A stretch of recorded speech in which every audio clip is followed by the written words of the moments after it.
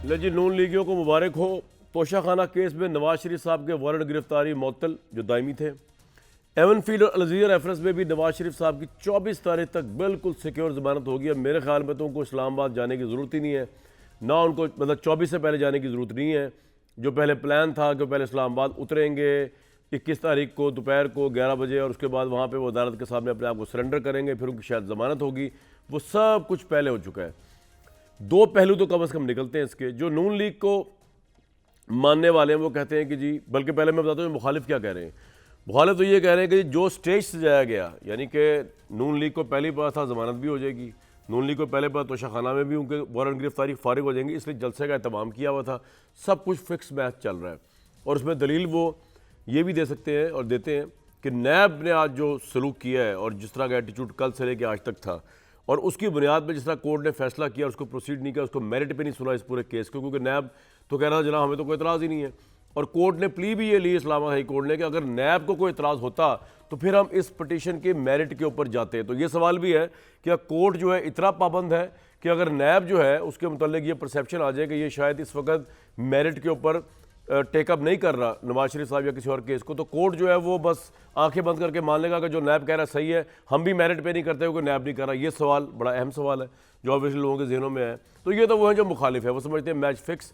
आज शुएब शाहीन साहब गए हुए थे इमरान खान साहब से मिलने, बाहर निकले तो उन्होंने कहा है कि इमरान साहब बड़े अफसरदा है कि अदालत का ये दोहरा म्यार है, और वो ये कह रहे हैं कि सब लंदन प्लान जो है उसको इम्प्लीमेंटेशन हो रही है जिस तरह नवाज शरीफ साहब आ रहे हैं। नंबर 1। नंबर 2, जो नवाज शरीफ साहब के हामी हैं वो बड़े आराम से बात कह भी सकते हैं और कह भी रहे कि जिस बदतरीन इंसाफ के ज़रिए उनको वो बेगुनाह थे, जिस बदबूदार तरीके से इंसाफ का नाम लेकर उनको निकाला गया, अगर अब बाय हुक और बाय क्रुक कुछ भी हो रहा है और वो वापस आ रहे हैं तो ये उनका ये इंसाफ है और ये उनका हक है। आमिर इलियास राना साहब आज बड़े अहम मिशन पे, जो सहाफ़ती मिशन है, ये उन सहाफ़ियों में शामिल हैं जो नवाज शरीफ साहब के साथ आ रहे हैं वापस पाकिस्तान, और इस वक्त आमिर साहब जो हैं दुबई में हैं जहां नवाज शरीफ साहब मौजूद हैं।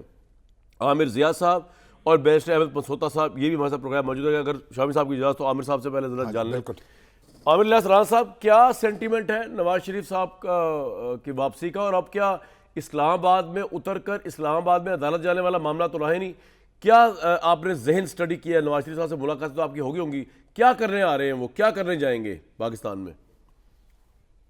देखें, बात यह है कि जो आपने अभी बात की ना कि इमरान खान साहब अफसरदा हैं और लंदन प्लान की वजह से, तो यकीनन इमरान खान साहब को अफसरदा होना चाहिए, क्योंकि लंदन प्लान के नतीजे में उन्हें वजीर आजम बनाया गया था। लंदन प्लान ही हुआ था तो उन्होंने धरने किए थे, और धरनों में जब नाकामी रही और उसमें लोग भी नहीं थे, तो लंदन प्लान बनाने वालों ने मीडिया को ऑर्डर किए थे कि सिर्फ कंटेनर की छत दिखानी है, उनको अफसरदा होना चाहिए।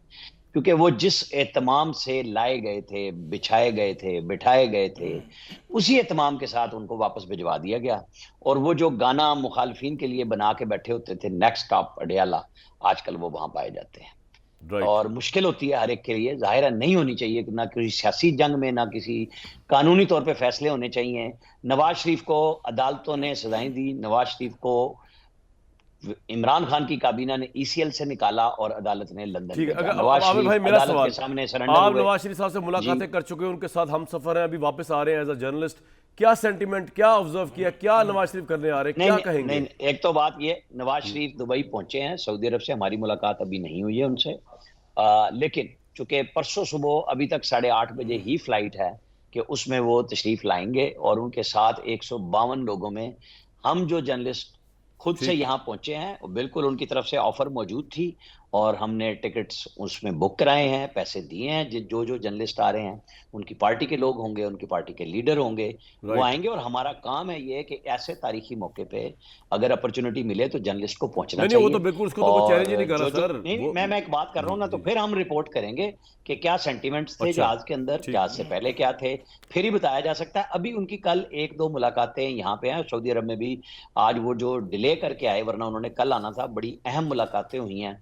उनकी चीजें कुछ अरसे के बाद आएंगी सामने। अच्छा, वो अहम मुलाकातें आपके ख्याल में किनसे हुई हैं? जी, मतलब वो सऊदी हुकाम से हुई हैं, और यहाँ यूएई में भी यहाँ के हुकाम से होनी है। क्योंकि दुबई में तो पाकिस्तानी हुकाम से मुलाकातें हो जाती है ना शामी साहब, दोहा में भी हो जाती हैं, तो बिल्कुल सर आपका पॉइंट आ गया। पाकिस्तानी हुकाम तो लंदन में भी मिलते हैं। बिल्कुल सही कह रहे हैं आप, बिल्कुल सही।